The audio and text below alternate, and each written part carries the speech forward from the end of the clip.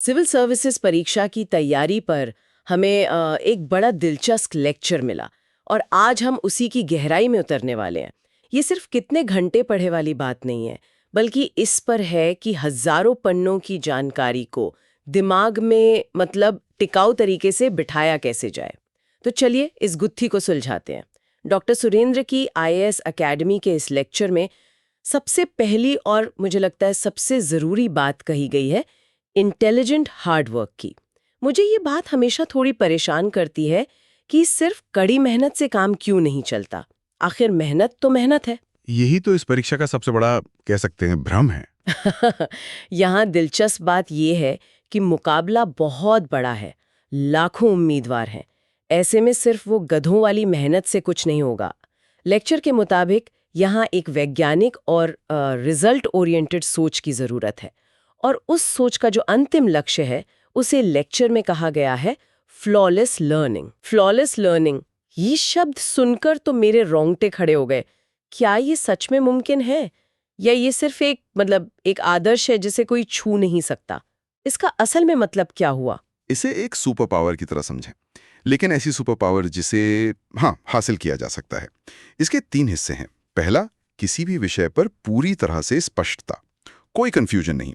दूसरा, सिलेबस का पूरा कवरेज, कुछ भी छूटना नहीं चाहिए। और तीसरा, जो सबसे मुश्किल है, वो है जरूरत पड़ने पर जानकारी को एकदम सहजता से याद कर पाना। सहजता से याद कर पाना जैसे मेंस परीक्षा में आपको 3 घंटे में, आप सोचिए, जनरल स्टडीज के 20 सवालों के जवाब में लगभग 4000 शब्द लिखने होते हैं। 4000? हाँ। 3 घंटे में? हाँ। हर 8.5 मिनट में एक नया सवाल और उसका पूरा जवाब। अगर जानकारी आपके दिमाग की उंगलियों पर नहीं है तो आप सोचने में ही सारा समय गवा देंगे। वहां सोचने का नहीं, लिखने का समय होता है। फ्लॉलेस लर्निंग का मतलब है कि जानकारी आपके दिमाग में इतनी व्यवस्थित हो कि वो अपने आप बाहर आए। ठीक है, तो ये लक्ष्य तो बहुत बड़ा और साफ है, पर यहां तक पहुंचने का रास्ता क्या है? लेक्चर में जरूर कुछ तकनीकों का जिक्र होगा। बिल्कुल, और ये तकनीकें बहुत सीधी सादी हैं लेकिन बहुत असरदार हैं। पहली है पूछताछ वाला दिमाग रखना, मतलब एक इंक्वायरिंग माइंड। इसका मतलब सिर्फ एक स्पंज की तरह जानकारी सोखना नहीं, बल्कि एक जासूस की तरह उससे सवाल पूछना। क्या, क्यों, कब, कैसे, कहां और कौन। ये तो रुडयार्ड किपलिंग वाली बात हो गई, उनके 6 ऑनेस्ट सर्विंग मैन। एकदम सही। लेक्चर में उन्हीं का उदाहरण है। किपलिंग ने अपनी सारी सफलता का श्रेय इन्हीं 6 सवालों को दिया था। लेकिन सवाल पूछना सिर्फ लेखकों के लिए नहीं है। लेक्चर में भौतिकी के नोबेल विजेता इसिडोर आइजैक रबी का भी एक बहुत अच्छा किस्सा है। हाँ, उनकी माँ उनसे कुछ पूछती थी, है ना? उनकी माँ उनसे ये नहीं पूछती थी कि आज स्कूल में क्या सीखा। वो हर रोज पूछती थी, आज तुमने क्लास में कौन सा अच्छा सवाल पूछा। इस एक आदत ने, आप सोचिए, उनके सोचने का पूरा तरीका बदल दिया।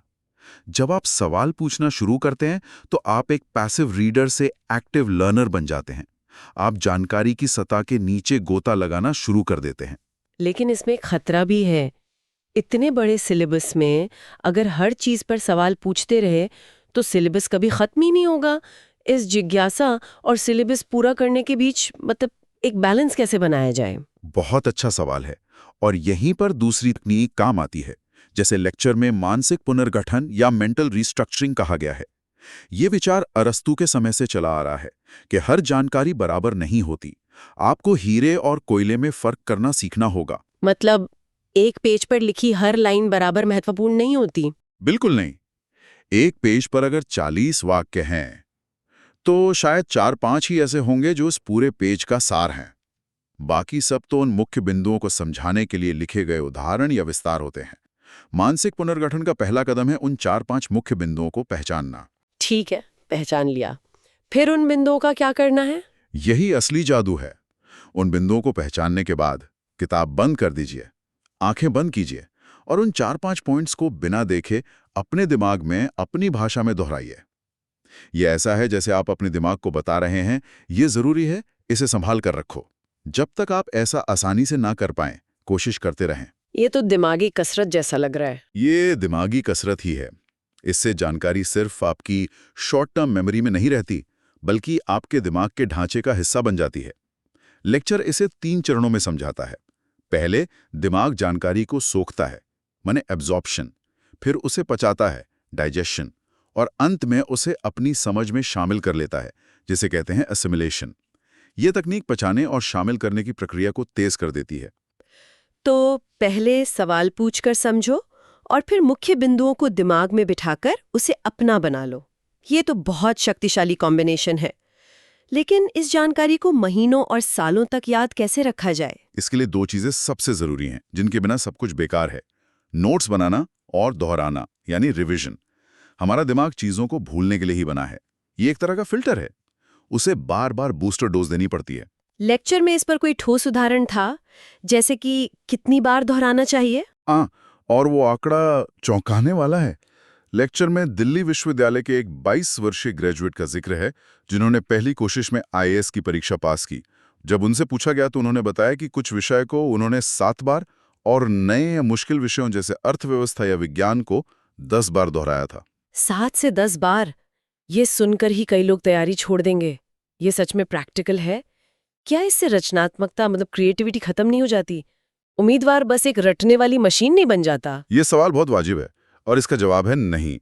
पहली या दूसरी बार दोहराने में समय लगता है, लेकिन चौथी या 5वीं बार के बाद आपको ज्यादा ध्यान देने की जरूरत भी नहीं पड़ती। जानकारी आपके अवचेतन मन का हिस्सा बन जाती है। ये रटना नहीं है, ये जानकारी को आत्मसात करना है। और नोट्स भी पूरी किताब की नकल नहीं होने चाहिए। वो बस आपके मानसिक पुनर्गठन के बाद मिले संक्षिप्त टेलीग्राफिक पॉइंट्स होने चाहिए, जो आपको पूरा कॉन्सेप्ट याद दिला दें। और अखबारों का क्या? उनकी क्या भूमिका है इस पूरी रणनीति में? अखबारों को तो लेक्चर में एक अलग टेक्स्ट बुक का दर्जा दिया गया है। और क्यों ना हो, प्रीलिम्स और मेंस के 50 से 60% सवाल सीधे तौर पर पिछले 1-1.5 साल की घटनाओं से जुड़े होते हैं। ये सब एक अनुशासित टाइम टेबल का हिस्सा होना चाहिए। क्लास, रिवीजन और अखबार। अनुशासन के बिना ये यात्रा एक भूल भुलैया जैसी है। तो ये तकनीकें किसी भी विषय पर लागू हो सकती हैं? लेक्चर में एक विषय पर खास जोर दिया गया है, भारतीय संविधान। मुझे हमेशा ये सवाल आता था कि ठीक है, संविधान जरूरी है, लेकिन एक DM या SP के रोजमर्रा के काम में तो IPC, CRPC जैसी चीजें ज्यादा आती हैं। फिर संविधान पर इतना जोर क्यों? लेक्चर इस पर क्या कहता है? आपने बिल्कुल सही नब्ज पकड़ी है। लेक्चर इसी सवाल से शुरू होता है और इसका जवाब बहुत सीधा और गहरा है।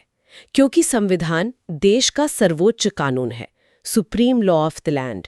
बाकी सारे कानून इसी के नीचे आते हैं और इसी से अपनी शक्ति और सीमाएं प्राप्त करते हैं। देश का कानून यानी लॉ ऑफ द लैंड, ये एक बड़ा शब्द है। इसका क्या मतलब है? क्या इसमें हर तरह के नियम कायदे शामिल हैं? हाँ, लेक्चर में से एक 8 मंजिला पिरामिड की तरह समझाया गया है। सबसे ऊपर शिखर पर भारत का संविधान है। उसके ठीक नीचे दूसरी मंजिल पर संसद या राज्य विधानसभाओं द्वारा बनाए गए कानून हैं, जिन्हें स्टैट्यूटरी लॉस कहते हैं, जैसे IPC या हाल ही में आए 3 नए आपराधिक कानून। और तीसरी मंजिल पर? तीसरी मंजिल पर हैं राष्ट्रपति या राज्यपाल द्वारा जारी किए गए अध्यादेश, ऑर्डिनेंसेस। ये एक तरह के अस्थायी कानून हैं जो तब लाए जाते हैं जब संसद या विधानसभा का सत्र न चल रहा हो, लेकिन कानून बनाना जरूरी हो।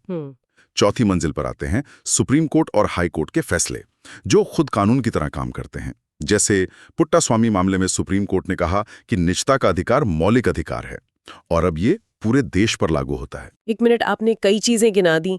लेक्चर में नगर पालिका के नियमों और सरकारी आदेशों का भी जिक्र था।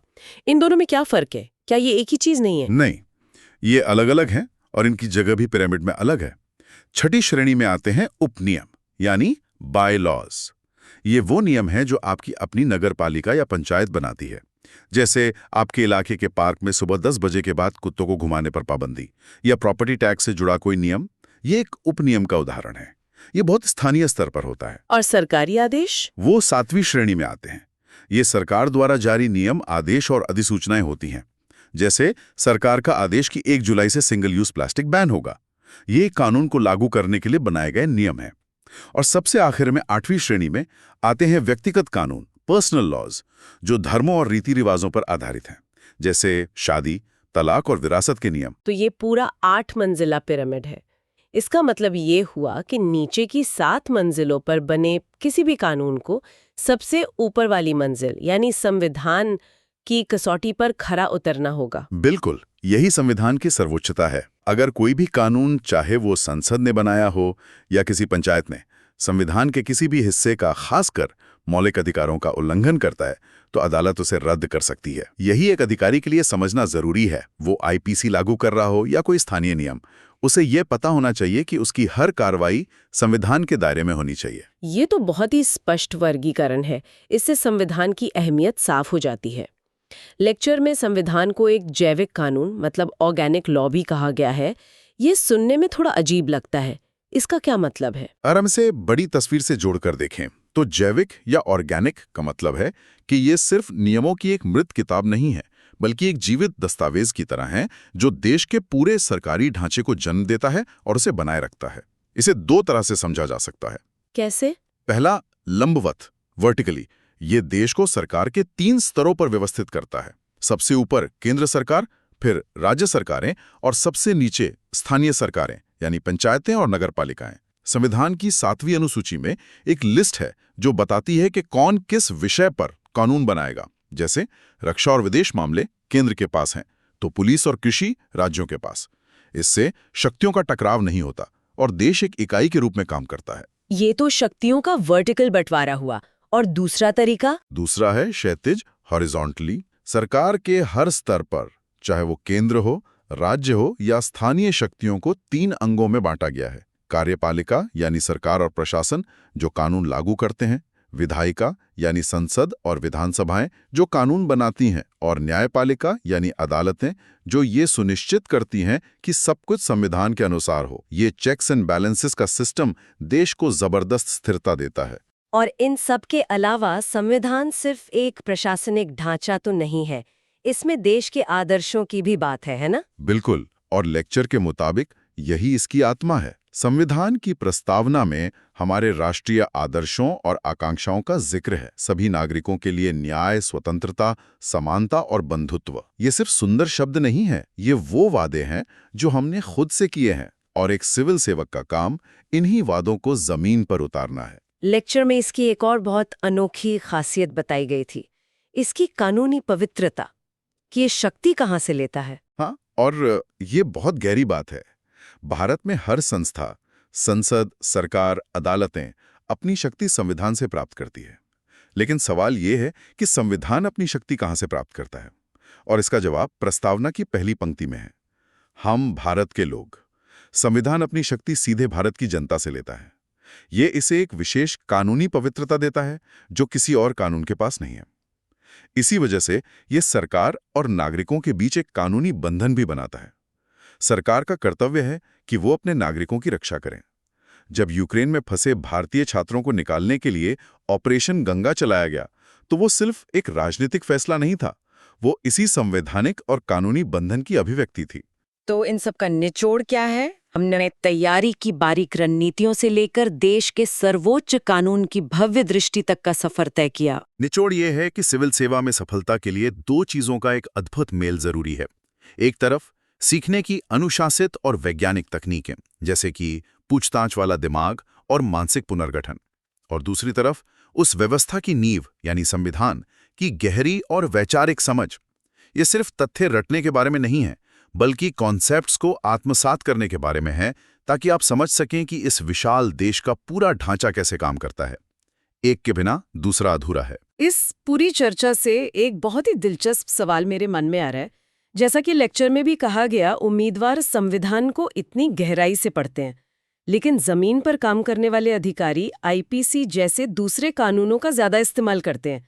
ये हमें एक विचार के साथ छोड़ जाता है। संविधान के आदर्शों और उसके ढांचे की ये गहरी समझ एक अधिकारी के उन रोजमर्रा के छोटे छोटे फैसलों को कैसे प्रभावित करती है जब वे दूसरे अधिक विशिष्ट कानूनों को लागू कर रहे होते हैं।